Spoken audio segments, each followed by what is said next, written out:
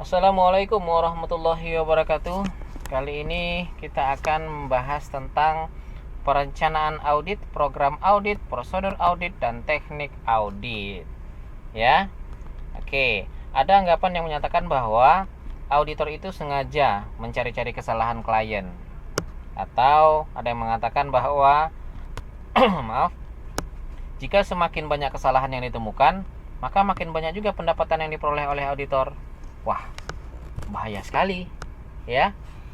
Ini adalah merupakan anggapan yang salah. Kenapa? Karena mereka menganggap bahwa salah satu indikator bahwa auditor itu sudah bekerja dengan baik apa tidak adalah temuan atau temuan audit atau kesalahan klien. Ya, ini memang merupakan sebuah kesalahan anggapan, ya. Kenapa? Karena bukan itu sebenarnya. Salah satu indikator bahwa auditor itu sudah melakukan pekerjaannya adalah dari prosedur yang sudah dilaksanakan oleh auditor. Auditor itu melaksanakan pekerjaannya melalui prosedur, ya. Nah, sebagai bukti bahwa auditor sudah melaksanakan prosedur tersebut, maka nanti akan ada yang namanya tick mark, akan ada yang namanya tanda-tanda, simbol-simbol yang menunjukkan bahwa auditor sudah melakukan auditnya, ya. Nah, dalam proses audit memang dikatakan bahwa auditor itu harus menjalankan prosedur yang telah ditentukan. Apa tujuan dilaksanakan prosedur audit? Nah, tujuannya adalah agar audit itu dapat dilakukan dengan benar tanpa ada pengaruh-pengaruh dari pihak-pihak manapun. Ya, harus independen. Kemudian dengan adanya prosedur, maka hasil yang diperoleh dari hasil audit juga lebih akurat dan dapat dipercaya tentunya. Jadi pertanyaannya adalah, apa saja prosedur audit itu? Oke, kita mulai dari perencanaan, ya. Nah, standar audit yang berlaku umum pertama untuk pekerjaan lapangan, atau dengan bahasa lain, standar auditing, yaitu standar pekerjaan lapangan yang pertama, itu mengharuskan auditor melakukan perencanaan yang memadai. Bunyi dari standar tersebut adalah, sebetulnya auditor harus merencanakan pekerjaan secara memadai, atau auditor harus merencanakan pekerjaan dengan sebaik-baiknya, dan jika digunakan asisten harus disupervisi dengan semestinya. Ini sangat jelas sekali bahwa auditor harus merencanakan pekerjaannya dengan sebaik-baiknya. Dan ketika auditor tersebut dibantu oleh seorang auditor, maka oleh seorang asisten, maka asisten tersebut harus diawasi, asisten tersebut harus dipandu, asisten tersebut harus disupervisi, sehingga pekerjaan yang dilakukan oleh asisten tersebut sesuai dengan prosedur yang telah ditetapkan. Oke. Nah, apa alasan utama auditor harus merencanakan penugasannya?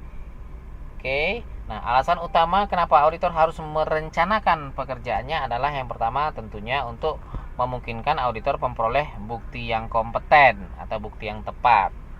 Yang kedua, untuk membantu agar biaya audit tetap wajar, tidak besar, tidak kecil, tapi wajar.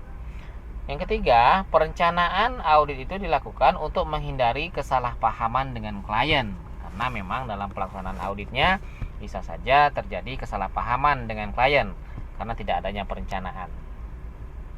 Nah, apa saja pendekatan-pendekatan atau perancangan pendekatan perencanaan audit? Yang pertama, tentu menerima klien, ya, menerima klien dan melakukan perencanaan audit awal. Kemudian setelah menerima klien, maka pahami dulu bisnis klien, pahami dulu industri klien. Lalu setelah kita pahami, apa yang lagi kita lakukan? Nilai risiko bisnis klien.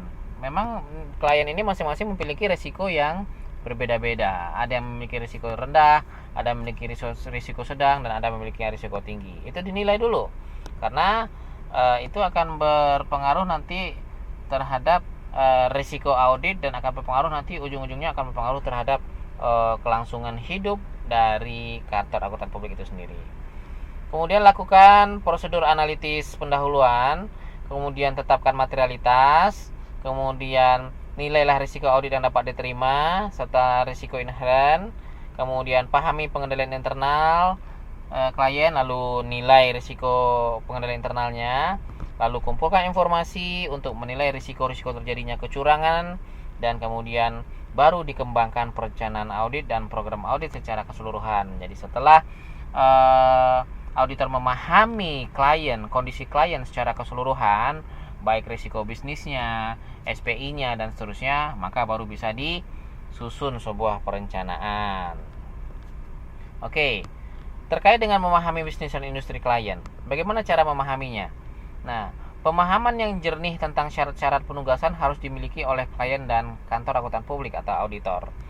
Auditor harus mendokumentasikan pemahamannya dengan klien dalam surat perikatan atau engagement letter. Artinya apa? Artinya pemahaman auditor terhadap klien itu didokumentasikan pada sebuah dokumen yang namanya adalah surat perikatan atau engagement letter. Ingat ya, engagement letter.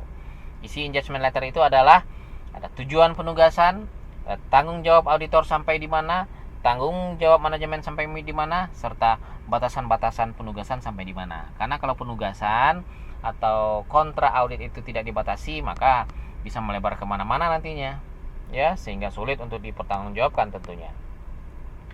Kemudian untuk memahami bisnis dan industri klien itu apa saja yang harus dilakukan atau apa saja yang harus dipahami.